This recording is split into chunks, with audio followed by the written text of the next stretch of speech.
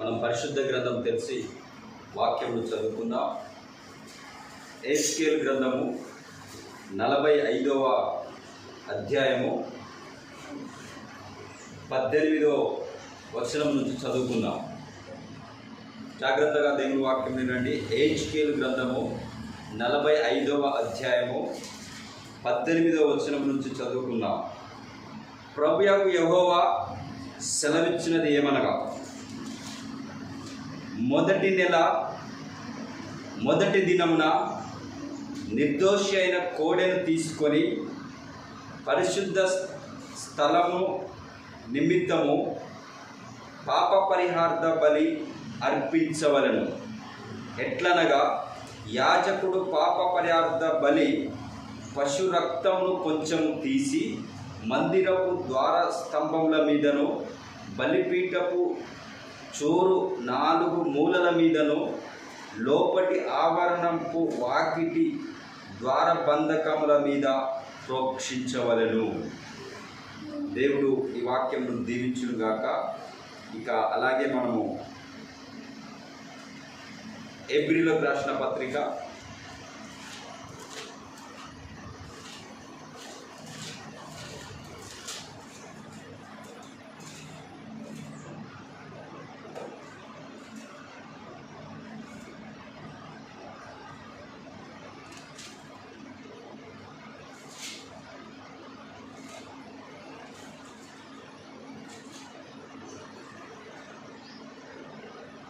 9వ అధ్యాయము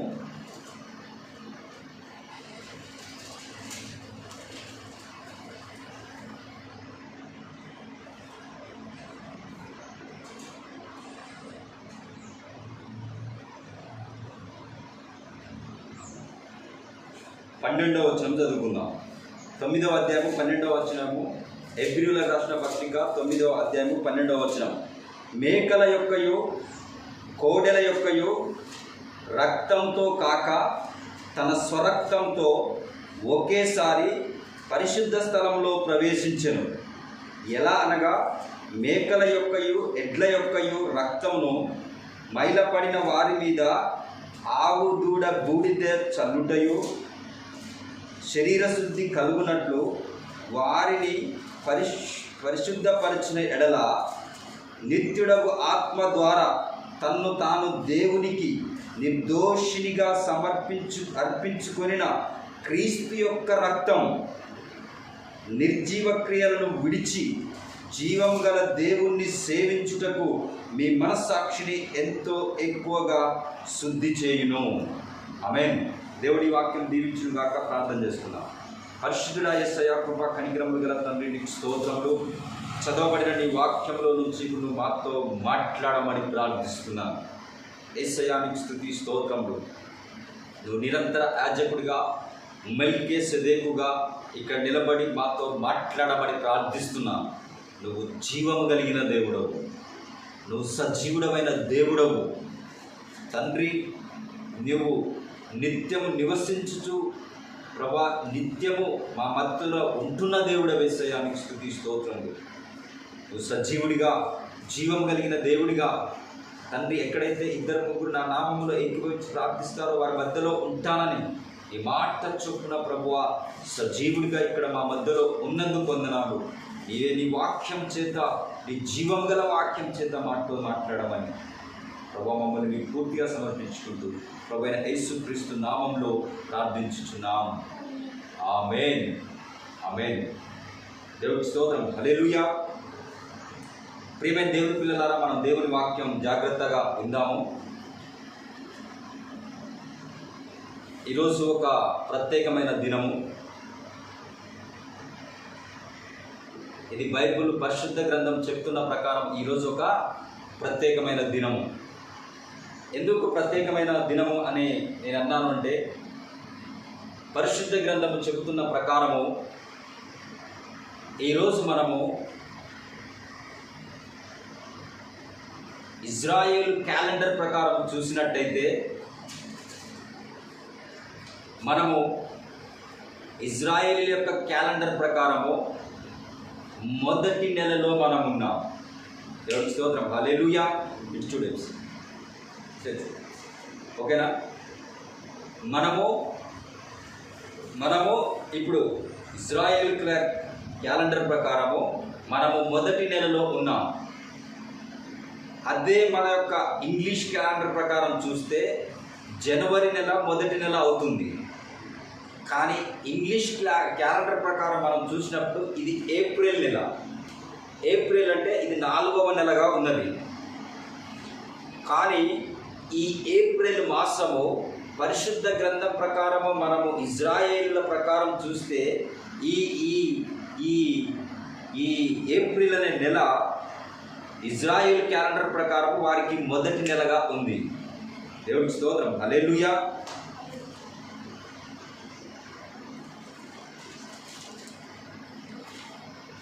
ఆమేన్.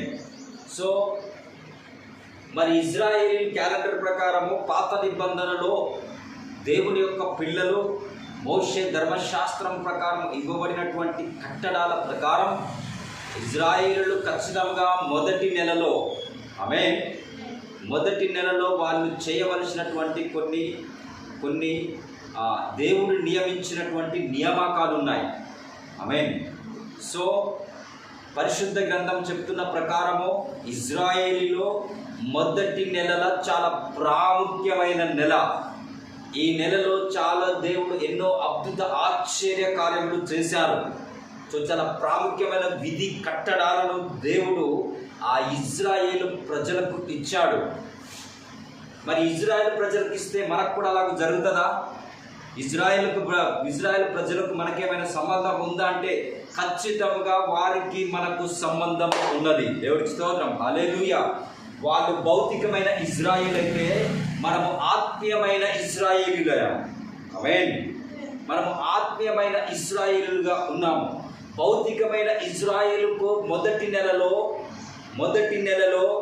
మొదటి దినమున ఏది జరిగినదో ఇప్పుడు కూడా ఆత్మీయ ఇజ్రాయేలువైన మనకు ఇదే మొదటి నెలలో మొదటి దినమున ఆత్మీయ ఇజ్రాయేలుకైనా దేవుని కార్యములు అదే విధముగా మనకు ఆత్మీయంగా జరుగుతాయి. దేవుడి స్తోత్రం. హల్లెలూయా. ఎందుకంటే దేవుడు నిన్న నేడు నిరంతరం ఏకరీతిగా ఉన్నాడు. దేవుడు ముందు ఏది చేశాడో ఇప్పుడు అదే చేస్తున్నాడు. దేవుడు గత ఇజ్రాయేలు ప్రజలలో ఏ కార్యములైతే ఆయా నెలలలో చేశాడో అదే దేవుడు మరలా అదే కార్యములను ఇప్పుడు చేస్తున్నాడు. దేవుడికి స్తోత్రం. హల్లెలూయా.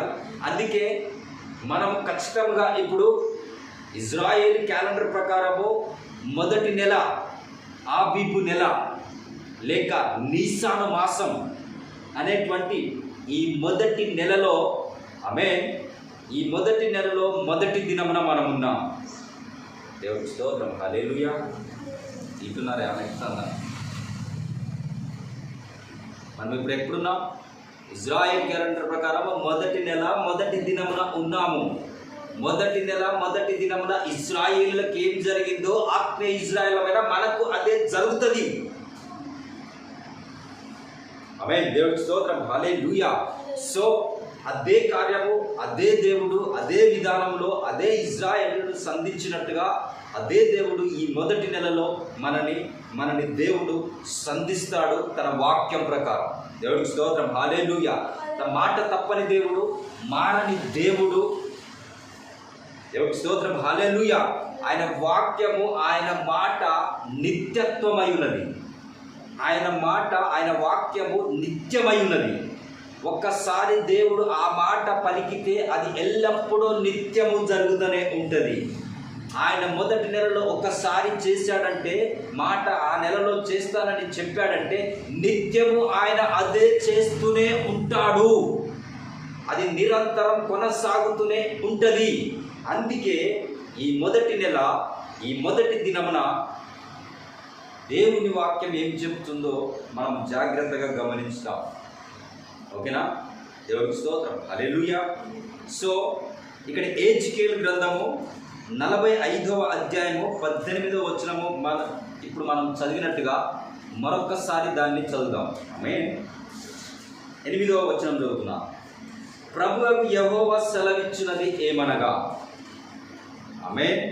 ప్రభు అయిన యెహోవా సెలవిచ్చినది ఏమనగా, మొదటి నెల మొదటి దినమున నిర్దోషమైన కోడెను తీసుకొని పరిశుద్ధ స్థలము నిమిత్తము పాప పరిహారార్థ బలిని అర్పించవలెను.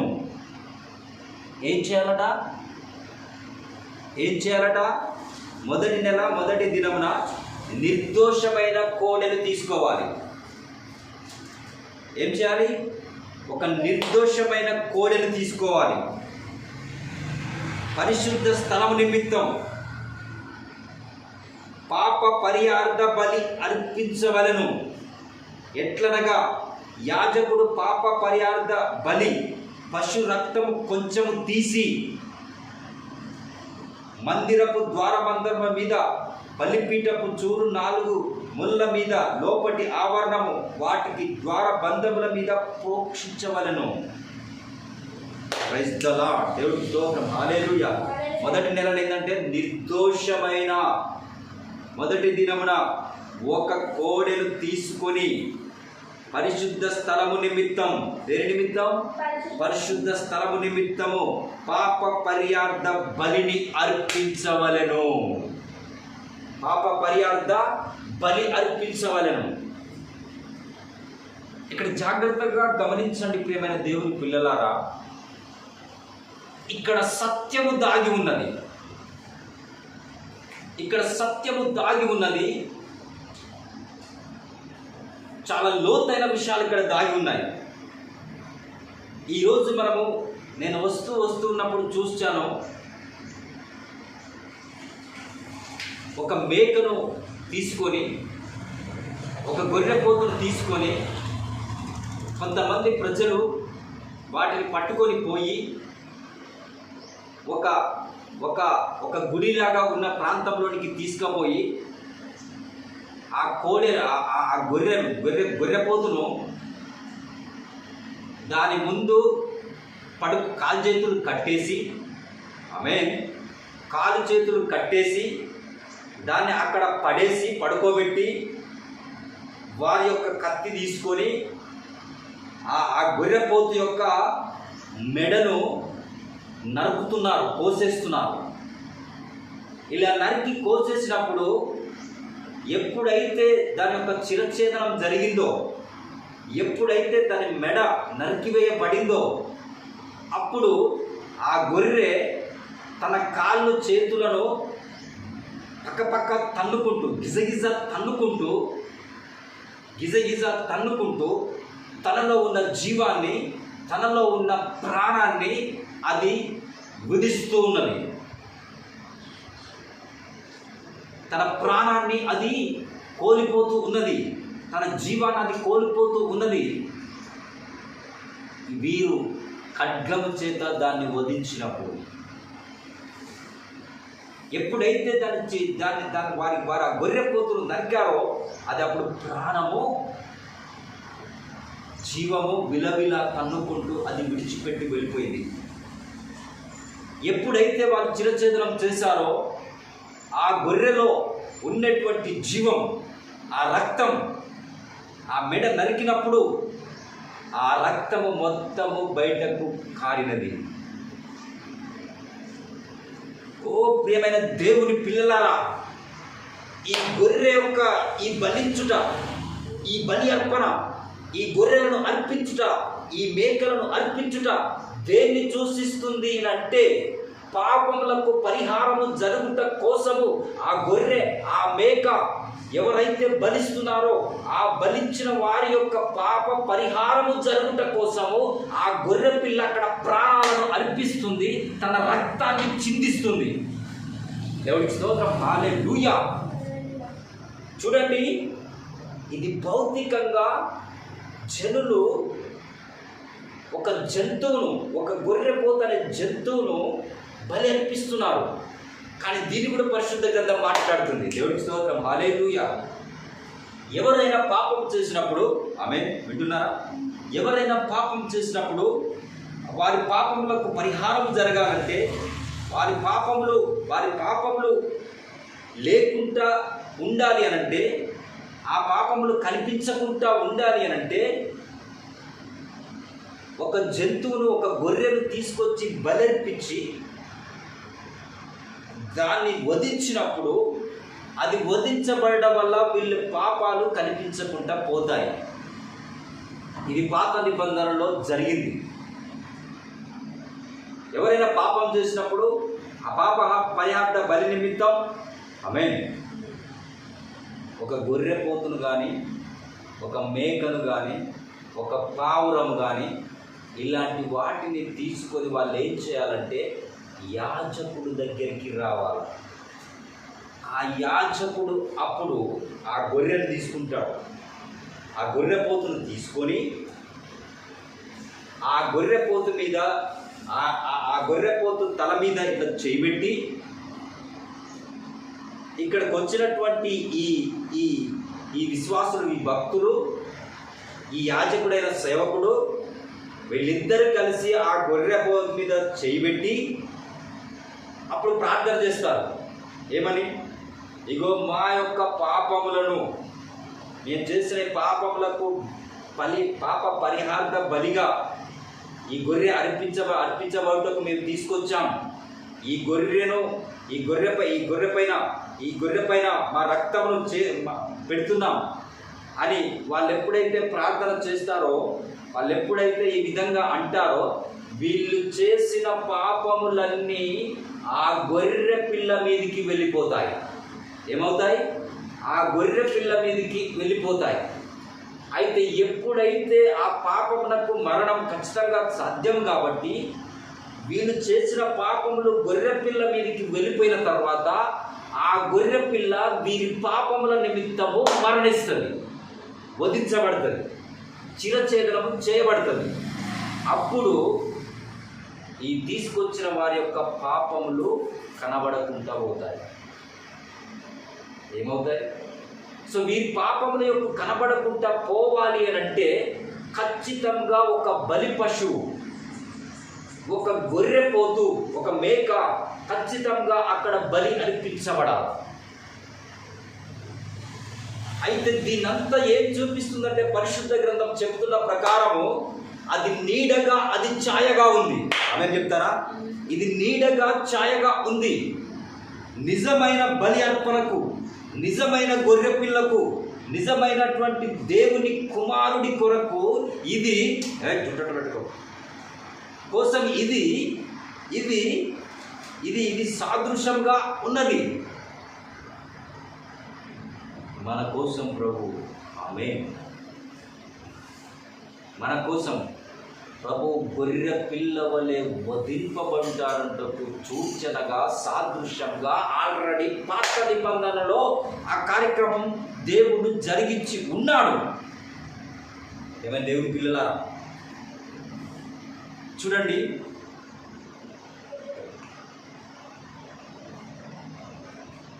ఇప్పుడు మనము పాపులం. ఆమె చెప్తారా? నిజమేనా? మనం పాపులం, మనం జన్మతానే పాపులం, మనం పాపములోనే పుట్టాము. వినండి శ్రద్ధగా, మనం పాపములోనే పుట్టాము, మనం అందరము పాపులం. మరి పాపం ద్వారా ఏమొస్తుంది? మరణం వస్తుంది. ఆల్రెడీ మరణం వచ్చింది, మరణం ఏడుతుంది. మరణం ఎప్పుడు వచ్చింది? ఆదాము అవ్వల సమయంలో ఆదాము అవ్వ చేసిన పాపము వలన, అవ్వ చేసిన పాపము వలన ఈ ప్రపంచమంతటికి మరణం వచ్చింది. ఆమేన్. అప్పటి నుంచి మరణము ఏలుతూనే ఉన్నది. అందుకే భూమి మీదకి వచ్చిన ప్రతి మానవుడు మరణించాడు. అంతకుముందు మరణం లేకుండే, కానీ ఎప్పుడైతే పాపం చేశారో పాపము ద్వారా ఏమొచ్చింది? మరణం వచ్చింది. పాపము ద్వారా ఎప్పుడైతే మరణం ఏలడం ప్రారంభమైంది, అప్పుడు మనుషుల యొక్క పుట్టుక ఎలాగూ జరిగింది? అనుమతించబడిన చిత్తము ప్రకారము మానవ లైంగిక సంబంధము ద్వారా మనుషులు భూమిపైకి పుట్టడం ప్రారంభమైంది. అప్పుడే మనము పాపంలో ఉన్నాం. అందుకే ఈ శరీర రెచ్చల ద్వారా పుట్టిన మనము పాపులమై ఉన్నాం. ఆమేన్. సో మనము పాపులమై ఉన్నాం. మరి మన పాపములకు జీతము మరణం. ఈ మరణం నుంచి మనము బయటపడాలి అంటే దేవుడు జగత్ పునాది లేబడకే ఒక ప్రణాళిక రచించాడు. దేవుడికి స్తోత్రం, హల్లెలూయా. దేవుడు ముందే ఒక ప్రణాళిక చేసి ఏం చేశాడంటే, పాపంలో ఉన్నటువంటి ఈయన ప్రజలను వారిని విడిపించి వాళ్ళు మరణం నుంచి దాటి వారు జీవంలోనికి రావాలనని దేవుడు తన ఆలోచన ప్రకారం, తన సంకల్పం ప్రకారం ఒక ప్రణాళిక రచించాడు. దేవుడికి స్తోత్రం, హల్లెలూయా.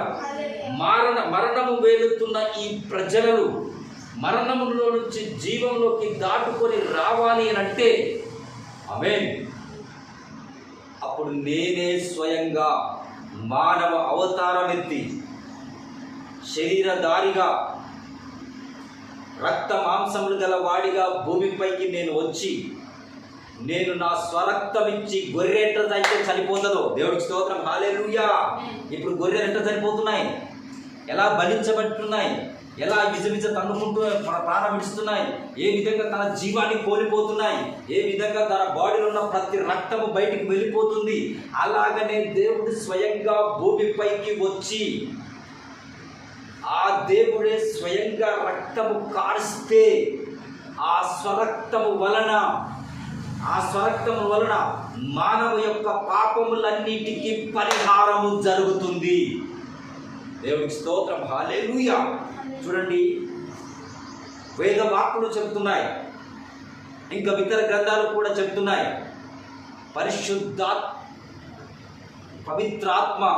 పవిత్రాత్ముడు యజ్ఞ పశువుగా వచ్చి బలి పొందితేనే పాపములకు పరిహారము జరుగుతుంది. స్వయంగా ఆ పరిశుద్ధాత్మ దిగి వచ్చి ప్రాణమును పెడితేనే, రక్తము చిందించితేనే ఆ రక్తము వలన లోక పాపములకు పరిహారము జరుగుతున్నాయని అనేక గ్రంథములు చెబుతున్నాయి. అంటే పరమాత్ముడు భూమిపైకి రావాలి, ఆయన యజ్ఞ పశువుగా బలి కావాలి, ఆయన గొర్రె పిల్లగా వధించబడాలి. ఆ పవిత్రాత్మ, ఆ పరిశుద్ధాత్మ, ఆ దేవుడు భూమిపైకి రావాలి. ఆ భూమిపైకి వచ్చి ఆయన చిందించిన రక్తం వలన లోక పాపములకు పరిహారము జరుగుద్ది. అనేక గ్రంథాలు ఈ విషయాలు చెప్తున్నాయి, బ్రాహ్మణులు ఇదంతా చెప్తున్నారు. కానీ మరి ఇప్పటి మట్టుకు ఆ పవిత్రాత్మ, ఆ పరిశుద్ధాత్మ ఈ భూమిపైకి వచ్చాడా? ఆయన తన స్వరక్తాన్ని చిందించాడా? ఆయన తన స్వరక్తాన్ని చిందిస్తేనే కదా లోక పాపములకు పరిహారం అని వేదవాక్యములు చెబుతున్నవి. ఆయన వచ్చి రక్తం చిందిస్తేనే కదా లోక పాపములకు పరిహారము జరుగుతుందని బ్రాహ్మణ సమాజం అంతా గ్రంథములన్నీ బోధిస్తున్నవి. మరి ఆత్మ ఎలాగూ, ఆ పవిత్రాత్మ, ఆ పరిశుద్ధాత్మ ఎలాగూ రాగలదు? ఆమేన్. ఆత్మ ఎలాగూ రాగలదు అంటే ఆ పవిత్రాత్ముడైన, ఆ పరిశుద్ధాత్ముడైన దేవుడు మానవ అవతారంలోనికి రావలసి ఉన్నది. స్వయంగా దేవుడే, పరిశుద్ధాత్మ అయిన దేవుడు, శుద్ధమైన ఆత్మ కలిగిన దేవుడు మానవ అవతారము వ్యక్తి ఆయన యజ్ఞ పశువుగా బలి అయితేనే ఆయన చిందించిన రక్తం వలన లోక పాపమన్నిటికీ పరిహారం జరుగుతుంది. నేను ఒక్కరి గురించి మాట్లాడతలే, లోక పాపములన్నిటికీ పరిహారము జరగాలంటే పరమాత్ముడే ఇలా కేంద్రించి యజ్ఞ పశువుగా బలినొందాలి.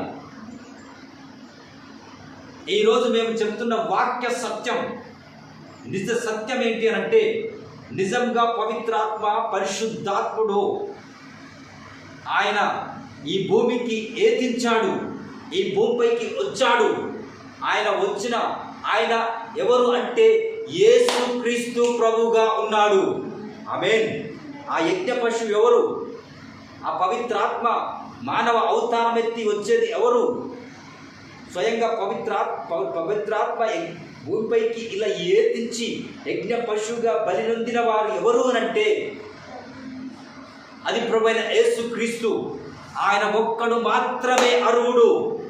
ఆయన మాత్రమే యజ్ఞ పశువు. ఆయన మాత్రమే లోక పాపముల నిమిత్తము వధించబడిన దేవుని గొర్రె పిల్ల అయి ఉన్నాడు. ఆమేన్. ఎందుకు? ఆయన మాత్రమే, ఆయన చిందించిన రక్తం మాత్రమే అర్హతను కలిగి ఉంది. ఎందుకు? ఆయన పెట్టిన ప్రాణము మాత్రమే లోక పాపములకు పరిహారము కలుగజేస్తుంది. కారణం ఏంటంటే ఆయన పరిశుద్ధుడైన దేవుడై ఉన్నాడు. ఆమేన్.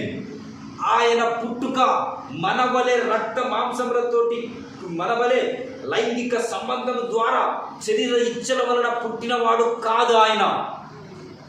ఆయన సహజతితముగా, ఆమేన్, ఎలాంటి శరీర సంబంధం లేకుండా పరిశుద్ధుడిగా, పవిత్రుడిగా భూమిపైన జన్మించాడు. అందుకే ఇప్పటి వరకు యేసుక్రీస్తు యొక్క పుట్టుక చాలా మర్మముగా ఉన్నది. చాలామంది జ్ఞానులకు, చాలామంది తెలివిగల వారికి యేసుక్రీస్తు యొక్క జన్మము అర్థం కావట్లా. వీరి మానవ మైండ్ తోటి, సైన్స్ తోటి, విజ్ఞానంతోటి ఏమంటున్నారంటే ఎలాగూ ఒక పురుషుడు గర్భంలో నుంచి జన్మించగలడు, ఒక బేబీ ఏ విధంగా శరీర సంబంధం లేకుండా శరీరించల ద్వారా కాకుండా ఏ విధంగా జన్మించగలడని ఇప్పటికీ మానవ మనస్సు, విజ్ఞాన శాస్త్రం దాన్ని ప్రశ్నిస్తుంది, దాన్ని తప్పుపడుతుంది. కానీ దేవుడు స్వయంగా ఒక గర్భంలో రూపించుకున్నాడు. దేవుడికి స్తోత్రం, హల్లెలూయా. గర్భంలో దేవుడు తనకు తాను రూపం దాల్చుకున్నాడు. విషయం ఏంటంటే దేవుడు అప్పటికప్పుడు అక్కడనే కనిపించి తనకు తానుగా ప్రజల ముందు కనిపించగలడు. దేవుడు అవసరమైతే అప్పటికప్పుడే అగ్నిని దించి అగ్నిలో నుంచి కనబడి గంభీరముగా అందరితోటి మాట్లాడి తడు దేవుడని నిరూపించుకోగలడు. దేవుడు ఏదైనా చేయగలడు. భూమిని, ఆకాశమును సృష్టించిన ఆ దేవుడు, సమస్తమును పంచభూతములను సృష్టించిన ఆ దేవుడు ఈ పంచభూతాలలో దేంట్లో నుంచైనా తను బయలుపరుచుకోగలడు. కానీ చట్టం ప్రకారము పాప పరిహారము జరగాలంటే ఆయన ఖచ్చితంగా మానవ అవతారం ఎత్తాలి. మానవ అవతారము ఎత్తాలి అంటే మనవలే రక్త మాంసముల శరీరము కావాలి. కానీ శరీరేచ్ఛ వలన ఆయన పుట్టకూడదు. ఆయన మనవలే రక్త మాంసములు కలిగిన శరీరమును కలిగి ఉండాలి. కానీ మనం పుట్టినట్టుగా లైంగిక సంబంధం ద్వారానో శరీర ఏచ్ఛ వలన ఆయన పుట్టవద్దు.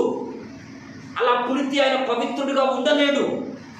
ఆయన పవిత్రుడు, పవిత్ర ఆత్మ గనక ఆయన అందుకే లైంగిక సంబంధం ద్వారా శరీర ఏచ్ఛల ద్వారా కాదు, కానీ స్వయంగా స్త్రీ గర్భమును వాడుకొని తనకు తానుగా ఆ గర్భంలో రూపు దాల్చుకొని భూమిపైకి వచ్చాడు.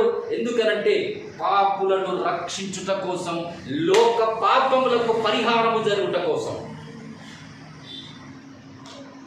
Praise the Lord. దేవుడికి స్తోత్రం, హల్లెలూయా. అగో యేసుక్రీస్తు పరమాత్ముడు భూమిపైకి ఏతించాడు. శరీర వెచ్చ వలన కాదు, లైంగిక సంబంధం ద్వారా కాదు, తనకు తానుగా గర్భంలో రూపములు దాల్చుకొని వచ్చాడు. అందుకే యేసుక్రీస్తు యొక్క రక్తంలో తన తండ్రిగా చెప్పబడుతున్నటువంటి యోసేపు రక్తం లేదు. అలాగే తల్లి గర్భంలో నుంచి బయటికి వచ్చినటువంటి మరియ యొక్క రక్తం కూడా యేసు ప్రభులో లేదు. ఆ రక్తం వేరు, ఈ రక్తం వేరు. యోసేపులో ఉన్న రక్తం పాపపు రక్తం, మరియలో ఉన్న రక్తము పాపపు రక్తం. ఈ పాపపు రక్తం ఆయన కలిగి లేడు. స్వయంగా సృష్టికర్త అయిన దేవుడే పరిశుద్ధమైన రక్తమును కలిగి మానవ అవతారంతో భూమిపైకి వచ్చాడు. అగో అది మొట్టమొదటి సహజదితమైన జన్మమైనది. దేవుడికి స్తోత్రం, హల్లెలూయా. ఆ పవిత్రుడు రక్తం కార్స్తే ప్రభువైన యేసుక్రీస్తు జన్మించినటువంటి పవిత్రుడు పరమాత్మ ఆ దేవుడు రక్త మాంసముల శరీరముగా యేసు ప్రభుగా భూమిపైకి వచ్చి ఆయన కాల్చిన రక్తము వలన లోక పాపములకు పరిహారము జరుగుతున్నది. పాపులకు రక్షణ దొరుకుతుంది. యేసుక్రీస్తు, పవిత్రుడైన యేసుక్రీస్తు చిందించిన రక్తము వలన. మనుషులు ఎంతమంది రక్తం చిందించిన, మనం చిందించిన రక్తము పాపపు రక్తమే. కానీ యేసు ప్రభు చిందించిన రక్తం, అది ఈ రక్తము పవిత్రమైన రక్తము, పరిశుద్ధమైన రక్తము, దేవుడి రక్తము, సృష్టికర్త అయిన పరమాత్ముడి యొక్క రక్తం అది. అందుకే ఆ రక్తంలో మన పాపముల నుంచి రక్షణ ఉంది. ఆమేన్ చెప్తారా? ఆమేన్. యేసుక్రీస్తు చిందించిన రక్తం వలన మనకు రక్షణ ఉన్నది. యేసుక్రీస్తు చిందించిన రక్తం వలన మనకు విమోచన ఉన్నది. అందుకే మనకు రక్షణ ఎక్కడ ఉందంటే ఎక్కడ లేదు. ఎక్కడ మనం రక్షింపబడం? ఒక్క యేసుక్రీస్తు యొక్క రక్తము మాత్రమే మనల్ని రక్షిస్తున్నది. మనం ఎందుకు ఈరోజు స్పెషల్ ప్రత్యేకమైన వాళ్ళం, ఎందుకు ఏర్పరచబడినామంటే యేసుక్రీస్తు యొక్క రక్తము మనల్ని రక్షించినది. యేసుక్రీస్తు దేవుణ్ణి నమ్ముకొని ఆయన పరమాత్ముడని నమ్మి ఆయన రక్తంలో మనం పాపములు పెట్టి ఒప్పుకుంటే మన పాపముల నుంచి మనకు రక్షణ ఉన్నది. ఆ యేసుక్రీస్తు రక్తాన్ని అంగీకరించని వారికి పాపముల నుంచి రక్షణ లేనే లేదు. యేసుక్రీస్తు ప్రభు, యేసు అనే మాటకు అర్థమైందో తెలుసా? తన ప్రజల పాపముల నుంచి రక్షించువాడని అర్థం. ఆమేన్ చెప్తారా? యేసుక్రీస్తు అనే మాటకు అర్థమైంది తన ప్రజల పాపముల నుంచి రక్షించువాడు. మన పాపులము మనని రక్షించే యేసయ్య స్వరక్తమును కార్చి మన పాపముల నుంచి మనల్ని రక్షించాడు. దేవుడికి స్తోత్రం. హల్లెలూయా. అయితే ఇవి చాలా లోతైనటువంటి విషయాలు, ఇవి వాస్తవాలు, ఇవి సత్యాలు, ఇవి దేవుడి సత్యం. సో వారు మాత్రం రక్షింపబడతారు. ఆయన యొక్క రక్తం వలన మనకు విమోచన ఉన్నది. చూడు, దేవుణ్ణి ఎవరు చంపలేరు. దేవుడికి స్తోత్రం. హల్లెలూయా. దేవుణ్ణి ఎవరు చంపలేరు, దేవుణ్ణి ఎవరు హత్య చేయలేరు, దేవుణ్ణి ఎవరు సిలువ వేయలేరు, దేవుణ్ణి ఎవరు చేయలేరు. కానీ దేవుడే స్వయంగా సిలువ మరణమును పొందుకోవడానికి వచ్చాడు. ఆమేన్ చెప్తారా? దేవుడే స్వయంగా తనే భూమిపైకి రక్త మాంసం శరీరములుగా వచ్చి తనే సిలువ మరణానికి పొందుకోవటానికి ముందు ప్రణాళిక ప్రకారం వచ్చారు. ఇక్కడ ఉన్న వారు ఏమనుకుంటారో తెలుసా? మేము యేసు ప్రభువును సిలువకు అప్పజెప్పాం,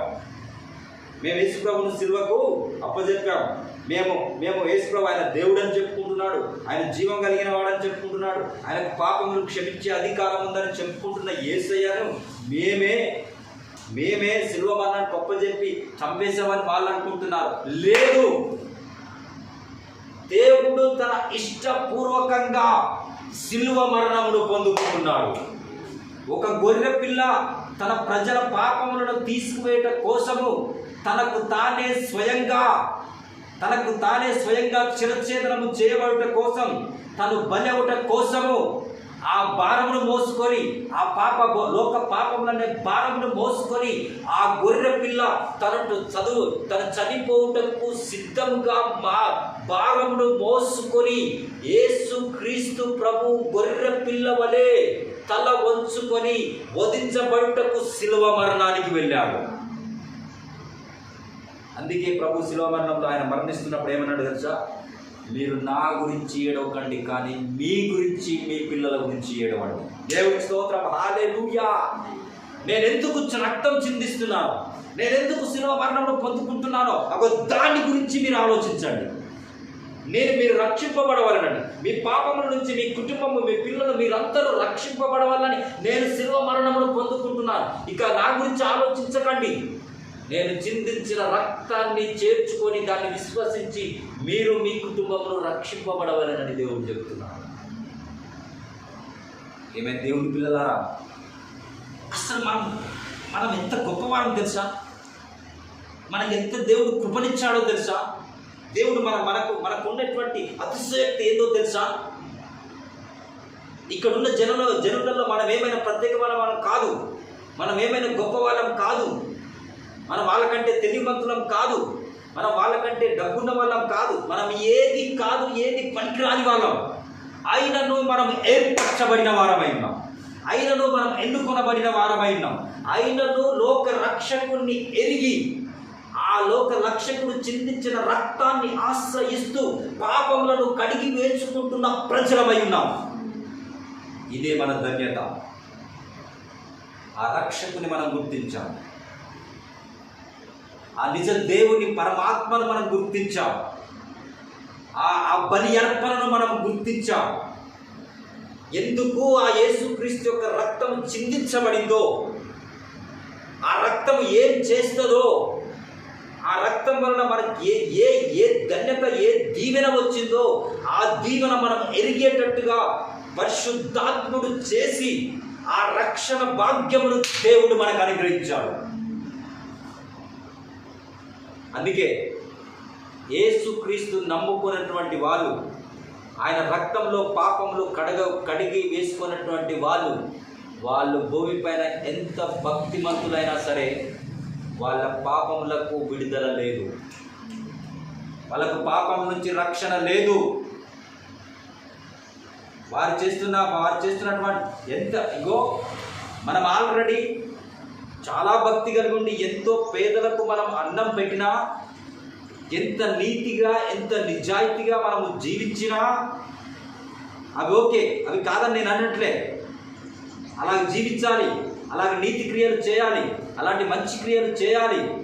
కానీ దాని ద్వారా మన పాపములు తీసివేయబడవు, దాని ద్వారా మనకు రక్షణ రాదు, దాని వలన మనం మరణమును దాటి జీవంలోనికి వెళ్ళము.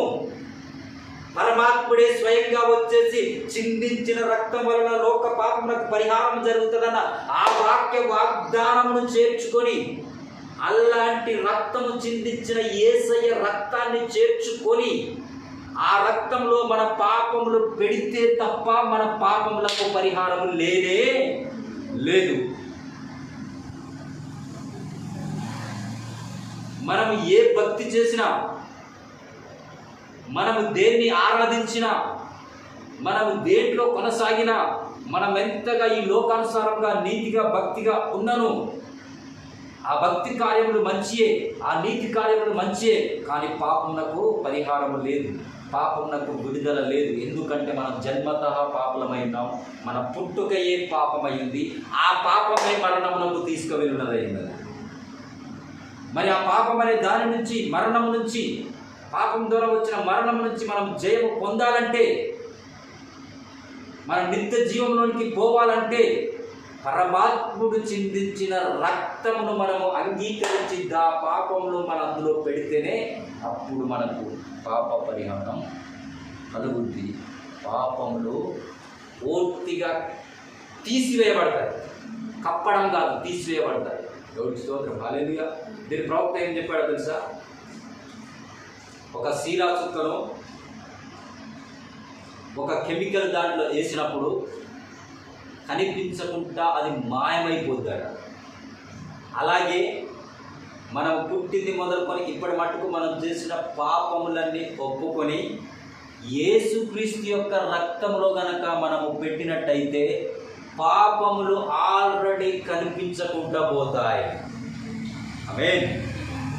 దేవుని యొక్క మరుపు అనే సముద్రంలో అవి పడిపోతాయి.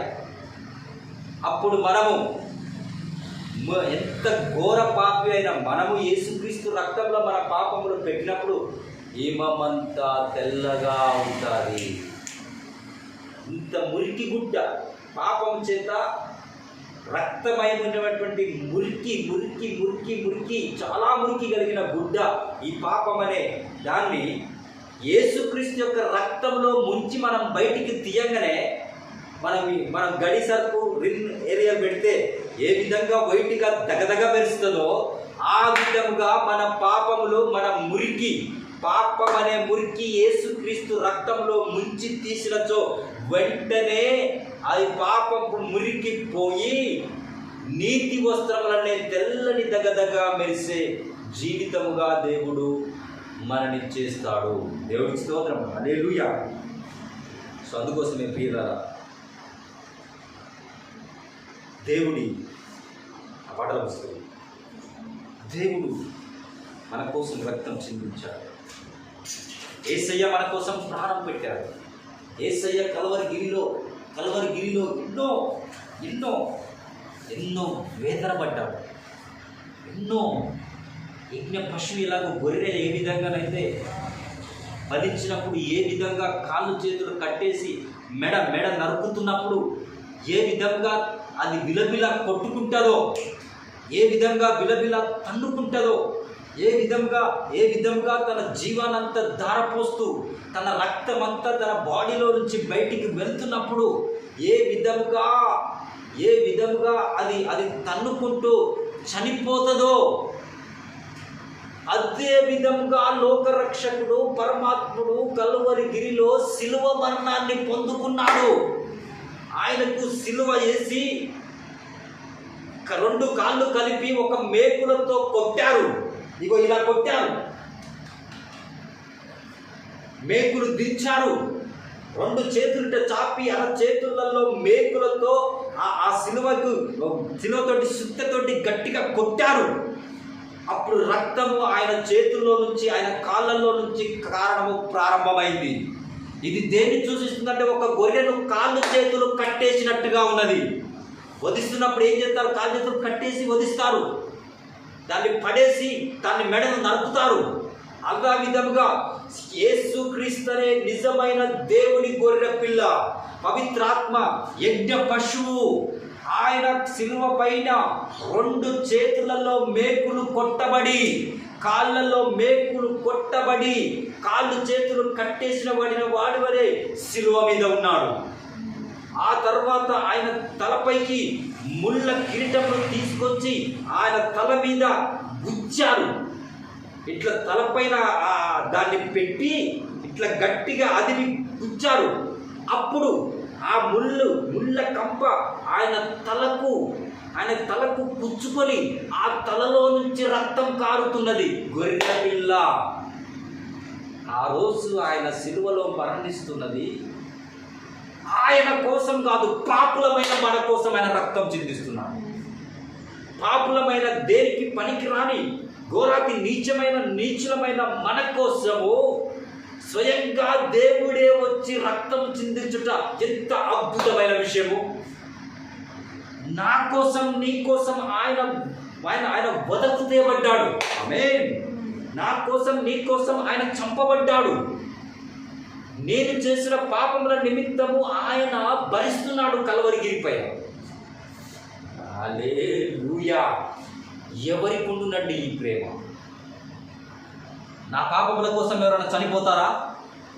నేను చేసిన వ్యభిచారపు క్రియల నిమిత్తం ఎవరైనా చనిపోతారా? నేను చేసినటువంటి తప్పుడు అబద్ధాల క్రియల కోసము ఎవరైనా చనిపోయారా?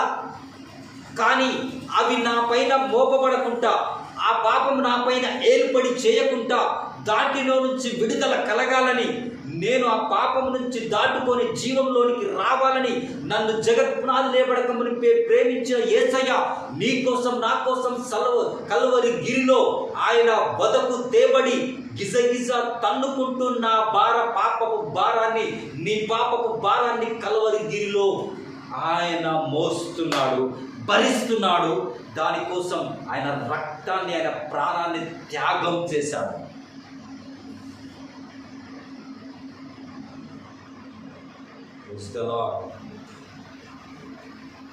నా వారు ఎవరు నా కొరకు రక్తము చిందించలేదు? నా వారు ఎవరు నా కొరకు ప్రాణము పెట్టలేదు? అందరు నా వారు ఎవరు నా కొరకు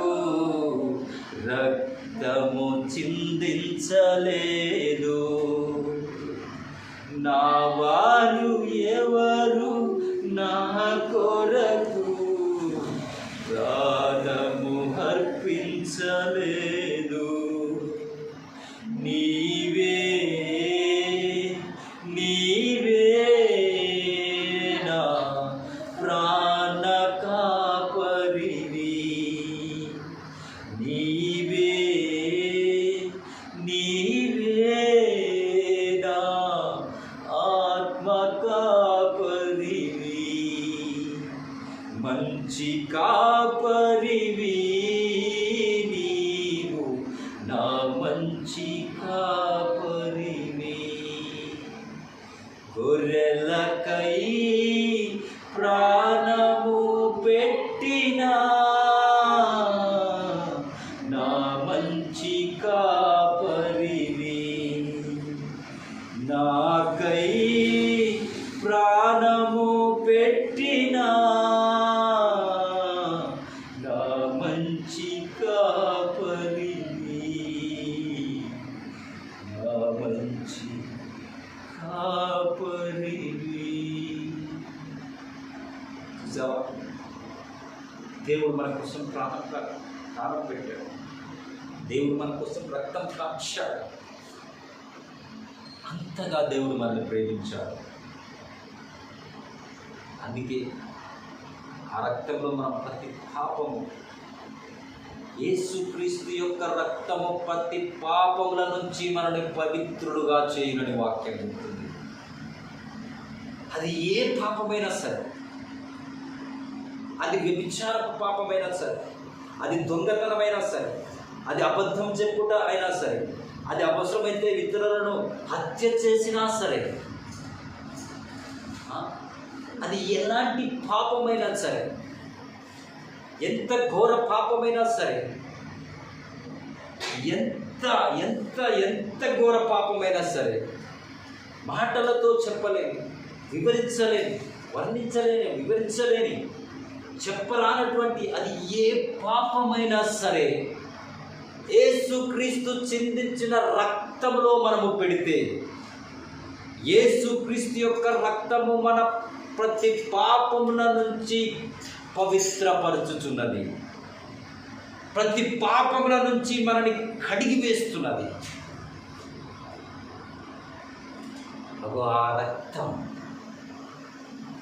ఆ రక్తాన్ని ఆశ్రయిస్తూ ఆ రక్తంలో పెడితే దేవుడు మాట ఇచ్చిన తన మాట ప్రకారము మన ప్రతి పాపముల నుంచి విడుదల కలిగిస్తాడు. ప్రతి పాపముల నుంచి ఆయన మనని పవిత్రులుగా చేస్తాడు. యేసుక్రీస్తు యొక్క రక్తము ప్రతి పాపముల నుంచి మనకు పవిత్రపరచును అని ఏ విధంగా చెబుతుందో, ప్రతి పాపముల నుంచి అది పవిత్రతను మనకిస్తుంది. ఇది నమ్మి ఆయన రక్తంలో మన పాపములు పెట్టి కడిగి వేసుకున్న వారు ధన్యులై ఉన్నారు. వారు ఏర్పరచబడిన వారు దేవుడు జడల దేవుని యొక్క గొప్ప జనాంగమై ఉన్నారు. ఏమైనా దేవుని పిల్లలారా, అగో మరలా ఈయన చిందించిన రక్తం వలన మనకు విమోచన ఎక్కడా లేదు. కానీ యేసుక్రీస్తు కలవలో చిందించిన రక్తము వలన మాత్రమే మనకు విమోచన. దేవుడికి స్తోత్రం, హల్లెలూయా. ఏమైనా దేవుని పిల్లలారా, ఆ రక్తం యేసయ్య రక్తం. అందుకే మనం ఎబ్రీయులకు రాసిన పత్రికలో 9వ అధ్యాయంలో మనం చదివిన పౌలు గారు చెప్తున్నాడు ఏమనంటే, సంవత్సరానికి ఒక్కసారి ప్రధాన యాజకుడు అతి పరిశుద్ధ స్థలంలోనికి వెళతాడు. మన ప్రధాన యాజకుడైన యేసు ప్రభువు మన పాపముల నిమిత్తము, మన అతిక్రమముల నిమిత్తము ఒకటేసారి ఆయన శిలువ మరణమును పొందుకున్నాడు. ఆయన మన పాపం, లోక పాపం అంతటి నుండి ఆదాము మొదలుకొని ఇప్పటి మట్టుకు 6000 సంవత్సరంలో ఉన్న పాపములన్నిటి యొక్క పరిహారం కోసము యేసు ప్రభు ఒక్కటేసారి శిలువ మరణమును పొందుకున్నాడు. ఆయన శిలువ మరణమును పొందుకొనుట వలన మనకిప్పుడు రక్షణ. ఆమేన్. సో ఆ ప్రధాన యాజకుడు ఆ యేసు ప్రభు ఆ గొర్రె పిల్ల చిందించిన రక్తము వలన మనకి ఇప్పుడు పాపము నుంచి విడుదల కలుగుతున్నది. దేవుడి వాక్యం చెబుతున్న ప్రకారం మనం ఏం చేయాలంటే మన పాపములను ఒప్పుకొని ఆయన రక్తంలో పెట్టి తర్వాత పాపములను మనం విడిచిపెట్టవాలి. ఒప్పుకొని విడిచిపెట్టిన వాడు వర్ధిల్లునని వాక్యం చెబుతుంది. సో మరి పాపం అనగా ఏంటి? ఆ పాపములను మనం ఏ విధంగా యేసుక్రీస్తు రక్తంలో పెట్టాలి? ఏ విధంగా ఆ పాపములను మనం కడిగి వేసుకోవాలి? అయితే యేసుక్రీస్తు యొక్క రక్తమట గొర్రెల రక్తం కంటే, మేకల రక్తం కంటే యేసుక్రీస్తు యొక్క స్వరక్తం చాలా శ్రేష్టమైనది కనుక అది మన మనస్సాక్షిని శుద్ధి చేస్తుందట. ఆమేన్. ఏం చేస్తుంది? అది మన మనస్సాక్షిని శుద్ధి చేస్తుంది. అదే మరొకసారి చదువుదాం. మనము హెబ్రీయులకు రాసిన పత్రిక 11వ వచనం నుంచి చదువుదాం. 9వ అధ్యాయం 11వ వచనం. అయితే క్రీస్తు రాబోతున్న మేలుల విషయమై ప్రధాన యాజకుడిగా వచ్చి తానే నిత్యమైన విమోచన సంపాదించి హస్తకృత్యము కానిది అనగా ఈ సృష్టి సంబంధము కానిదియు మరి ఘనమైనదియు పరిపూర్ణమైన గుడారము ద్వారా అనగా మేకల యొక్కయు కోడెల యొక్కయు రక్తముతో కాక తన స్వరక్తంతో ఒకేసారి పరిశుద్ధ స్థలంలో ప్రవేశించెను. ఎలా అనగా మేకల యొక్కయు ఎడ్ల యొక్కయు రక్తము మైలపడిన వారి మీద, అంటే ఆ రక్తము ఎవరి మీదనైతే పడుతుందో ఆ ఆవు దూడ బూడిద చల్లుటయు శుద్ధి శరీర శుద్ధి కలుగునట్లు వాటిని శుద్ధిపరిచిన ఎడల నిత్యుడగు పరిశుద్ధాత్మ ద్వారా తన్ను తాను దేవునికి నిత్యుడగు ఆత్మ ద్వారా తనని తాను దేవునికి నిర్దోషిగా సమర్పించుకొనిన క్రీస్తు యొక్క రక్తము. క్రీస్తు యొక్క రక్తం. ఆమె చెప్తారా? యేసుక్రీస్తు యొక్క రక్తము నిర్జీవ క్రియలను విరిచి జీవము గల దేవుణ్ణి సేవించుటకు. ఆమేన్. నిర్జీవమైనవి క్రియలను విడిచి జీవం గల దేవుణ్ణి సేవించుటకు మీ మనస్సాక్షిని ఎంతో ఎక్కువగా శుద్ధి చేయును. జీవం గల దేవుణ్ణి సేవ చేయుటకు దేవుడు మన మనస్సాక్షిని శుద్ధీకరిస్తాడు. ఆయన రక్తం వచ్చి మనని శుద్ధీకరిస్తుంది అని ఇక్కడ దేవుడు చెప్పాడు. ఆ నిత్యమగు ఆత్మ, ఆ పరిశుద్ధాత్మ మనలోనికి వచ్చి మన మనస్సాక్షిని శుద్ధి చేస్తుందని పరిశుద్ధ గ్రంథం చెప్తుంది. ఆ యేసుక్రీస్తు రక్తాన్ని మనం ఆశ్రయించినప్పుడు ఏమైనా దేవుడి పిల్లరా మనం అడిగితే దేవుడు మన మనస్సాక్షిని శుద్ధి చేస్తాడు. దేవుడి స్తోత్రం. హల్లెలూయా. సో మనం అడిగితే దేవుడు మన మనస్సాక్షిని శుద్ధీకరిస్తాడు తన నిత్యమైన ఆత్మ ద్వారా, యేసుక్రీస్తు యొక్క రక్తం ద్వారా. లేచి నిలబడినట్టయితే చిన్న మనం ఆరాధన చేసుకున్నాం. నిలబడ నిలబడ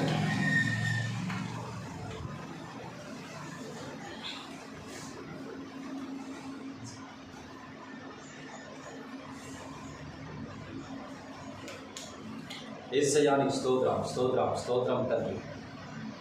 తండ్రి నన్ను ప్రభువా నా పాపములను క్షమించు, నా అతిక్రమలను క్షమించు, నా దోషములను కలువరిగిరిలో చిందించిన రక్తంలో ప్రభా మేము పుట్టింది మొదలుకొని ఈ దినం మట్టుకు మా చూపుల ద్వారా, మా తలంపుల ద్వారా, మా ఆలోచన ద్వారా, మా క్రియల ద్వారా ఓ ప్రభువా ఎన్నో పాపములు, ఎన్నో తప్పిదములు, ఎన్నో మోసములు, ఎన్నో కార్యములు ప్రభువా పుట్టింది మొదలు మట్టుకు ఈ దినం మట్టుకు మేము చేసిన ప్రతి పాపములన్నింటినీ కలువరి గిరిలో నువ్వు చెందించిన రక్తంలో పెట్టుచున్నాము.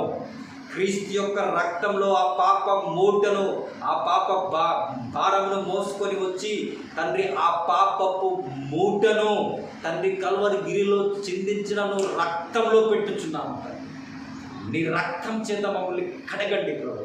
నీ రక్తం చేత మా పాపములను ప్రభా క్షమించి ప్రభా తీసివేయండి స్తోత్రం తండ్రి. సహాయం తెచ్చి తండ్రి నీ ఆత్మ చేత మమ్మల్ని నీవే కార్యం జరిగించి కృప సాయం చేయండి. సిలువలో సాగింది యాత్ర, కరుణామయుని దయగల పాత్ర. సిలువలో సాగింది యాత్ర, కరుణామయుని దయగల పాత్ర. ఇది ఎవరి కోసమో, ఇది ఎవరి కోసమో, ఈ జగతి కోసమే, ఈ జనుల కోసమే, ఈ జగతి కోసమే, ఈ జనుల కోసమే. సిలువలో సాగింది యాత్ర, కరుణామయుని దయగల పాత్ర. సిలువలో సాగింది యాత్ర, కరుణామయుని దయగల పాత్ర. పాలుగారే దేహము పైన పాపాత్ముల కొరడాలెన్నో, పాలుగారే దేహము పైన పాపాత్ముల కొరడాలెన్నో. నాట్యమాడినాయి నడివీధిలో నడిపించాయి, నాట్యమాడినావి నడివీధిలో నడిపించాయి. నోరు తెరువలేదా ఏ ప్రేమ, ఏ బదులు పలుకలేదా ఏ ప్రేమ. నోరు తెరువలేదా ఏ ప్రేమ, ఏ బదులు పలుకలేదా ఏ ప్రేమ. ఇది ఎవరి కోసమో, ఈ జగతి కోసమే, ఈ జనుల కోసమే. సిలువలో సాగింది యాత్ర, కరుణామయుని దయగల పాత్ర. సిలువలో సాగింది యాత్ర, కరుణాగల దయగల పాత్ర. చెల్లుమని కొట్టింది ఒకరు, ఆ ముఖముపై ఊసింది మరి ఒకరు. చెల్లుమని కొట్టింది ఒకరు, తన ముఖముపై ఊసింది ఒకరు. బంతులాడినారు, పలు బాధలు పెట్టినారు, బంతులాడినారు, పలు బాధలు పెట్టినారు. నోరు తెరువలేదా ఏ ప్రేమ, ఏ బదులు పలుకలేదా ఏ ప్రేమ. నోరు తెరువలేదా ఏ ప్రేమ,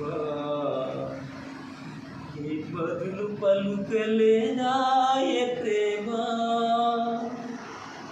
ఇది ఎవరి కోసమో, ఇది ఎవరి కోసమో, నీ కోసమే, నా పాపముల కోసమే, నా కోసమే, నా పాపముల కోసమే. సిలువలో సాగింది యాత్ర, కరుణామయుని దయగల పాత్ర. సిలువలో సాగింది యాత్ర, కరుణాగల దయగల వెనక నుండి తన్నింది ఒకరు, తన ముందు నిలచి నవ్వింది మరి ఒకరు. వెనక నుండి తన్నింది ఒకరు, తన ముఖం ముందు నవ్వింది మరి ఒకరు. గేలి చేసినారు, పరిహాసమాడినారు, గేలి చేసినారు, పరిహాసమాడినారు. నోరు తెరవలేదా ప్రేమ, ఏ బదులు పలుకలేదా ప్రేమ.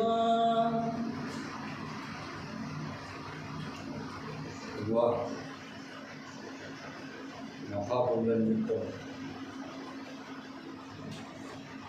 నా కోసం ప్రాణం పెట్టిన యేసయ్యకు స్తుతిస్తోత్రం. నా పాపములను క్షమించు, నా అతిక్రమములను క్షమించు తండ్రి. ఈ రక్తము క్రీస్తు రక్తం, నిత్యత్వము కలిగిన ఆత్మ ఈరోజు ప్రభువా వచ్చి మన సాక్షులను శుద్ధి చేయమని ప్రార్థిస్తున్నాను. జీవం గల దేవుని నిన్ను సేవించుటకు నా హృదయమును, నా మనస్సాక్షిని క్రీస్తు రక్తము, కల్వరిగిరిలో చిందించిన రక్తము వచ్చి యేసు క్రీస్తు నామంలో శుద్ధీకరించమని ప్రార్థిస్తున్నాను. దయతో నా మనస్సాక్షిని శుద్ధీకరించండి, దయతో నా హృదయమును శుద్ధీకరించండి తండ్రి. నీ రక్తం చేత నా పాపములను, హృదయములను ఏమాత్రం పనిచేయకుండా మన సాక్షిని ఎబ్రీలకు రాసిన పత్రిక 9వ అధ్యాయంలో చెప్పినట్టుగా క్రీస్తు రక్తము వచ్చి ఈరోజు సంపూర్ణముగా నా మనస్సాక్షిని శుద్ధీకరించమని ప్రార్థిస్తున్నాను. మా అందరి మనస్సులను శుద్ధీకరించమని ప్రార్థిస్తున్నాను. నీ రక్తం వచ్చి నీ వాక్యము ప్రకారము నీ పరిశుద్ధాత్మ మా మనస్సులను, మా హృదయములను శుద్ధీకరించమని ప్రార్థిస్తున్నాను. దయతో శుద్ధీకరించండి ప్రభువానికి స్తుతిస్తోత్రం. తండ్రి నీకు వందనాలు ప్రభు, నీకే స్తోత్రం, నీకే స్తోత్రం. యేసుక్రీస్తు రక్తము ప్రతి పాపము నుండి పవిత్రపరచును. యేసుక్రీస్తు రక్తము ప్రతి పాపము నుండి పవిత్రపరచును, పవిత్రపరచును. యేసు రక్తము పవిత్రపరచును, యేసు రక్తము, యేసు రక్తము పవిత్రపరచును. ప్రతి పాపముల నుండి పవిత్రపరచును. సిలువ రక్తము ప్రతి పాపముల నుండి పవిత్రపరచును. యేసు రక్తము పవిత్రపరచును. క్రీస్తు రక్తము మన సాక్షిని శుద్ధీకరించును. క్రీస్తు రక్తము మన సాక్షిని శుద్ధీకరించును. యేసు రక్తము ప్రతి పాపమును పవిత్రపరచును. యేసు రక్తము, సిలువ రక్తము, యేసు రక్తము, సిలువ రక్తము మన మనస్సాక్షిని శుద్ధీకరించును. మన మనస్సాక్షిని శుద్ధీకరించును. యేసు రక్తము పవిత్రపరచును. క్రీస్తు రక్తము శుద్ధీకరించును. యేసు రక్తము ప్రతి పాపముల నుండి పవిత్రపరచును. యేసు రక్తము ప్రతి పాపముల నుండి పవిత్రపరచును. యేసు రక్తము నా ప్రతి పాపముల నుండి పవిత్రపరచును.